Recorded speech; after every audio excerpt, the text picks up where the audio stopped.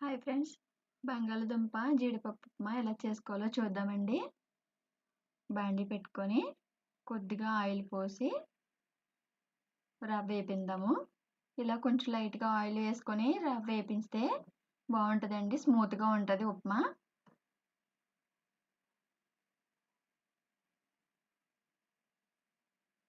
ఇదిగోండి ఇలా వేపుకోవాలి, దోరగా వేపాలి. ఇదిగోండి ఇలా పొడి పొడిలాడుతూ వచ్చింది చూసారా, ఆయిల్లో వేపితే ఉప్మా కూడా స్మూత్గా ఉంటుంది.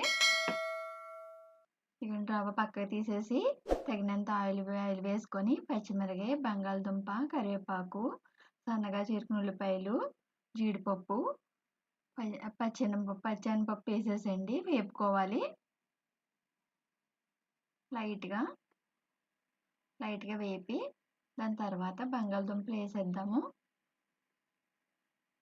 ఎందుకంటే బంగాళదుంపలు బాగా వేగాలి కదండి, కొంచెం మెత్తగా.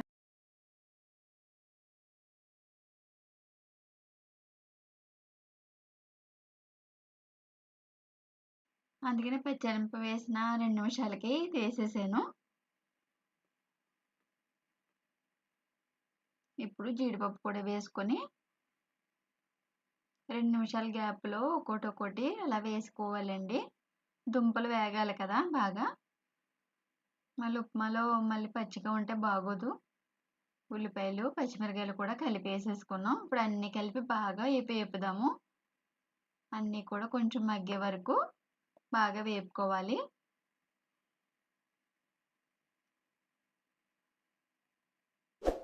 నేను 2 నిమిషాలకు ఒకసారి అలా వేపుతూనే ఉన్నానండి.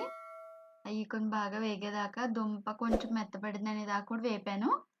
ఇప్పుడు కరివేపాకు, ఆకులు పెద్దగా ఉంటే ఇలాగ మధ్యలోకి తుంపేసుకొని వేసుకోవాలి. మీకు ఇలా ఇష్టం లేకపోతే ఆకులా ఉంచేసుకోవచ్చు. ఇదిగోండి ఒక గ్లాస్ వాటర్ పోసాను ఫస్ట్, ఎందుకంటే దుంపలు తక్కువ వాటర్లో అయితే కొంచెం బాగా ఉడుకుతాయి కదా. దీనికి తగినంత సాల్టు, మీకు వీలైనంత వరకు కళ్ళుప్పు వాడుకోండి. దుంపలు ఉడికేదాకా ఒక గ్లాస్ వాటరే పోసానండి. మళ్ళీ ఇంకో గ్లాస్ వాటర్ పోసుకోవాలి. ఇంకోండి ఇలాగ కొంచెం మరుగుతున్నప్పుడు మనం వేపుకుని పెట్టాం కదా, అది రవ్వ వేసేసుకుంటూ ఇలా కలుపుకుంటూ వేసుకోవాలి. ఉండలు పట్టకుండా ఉంటుంది. సన్నంగా వేస్తూ అది కలపాలండి, లేకపోతే ఉండలు పట్టేస్తుంది. నెయ్యి వేసుకునండి ఇలాగ అంచులమ్మటే స్ప్రెడ్ చేసుకుందాం. నచ్చితే లైక్ చేయండి ఫ్రెండ్స్, సబ్స్క్రైబ్ చేసుకోండి.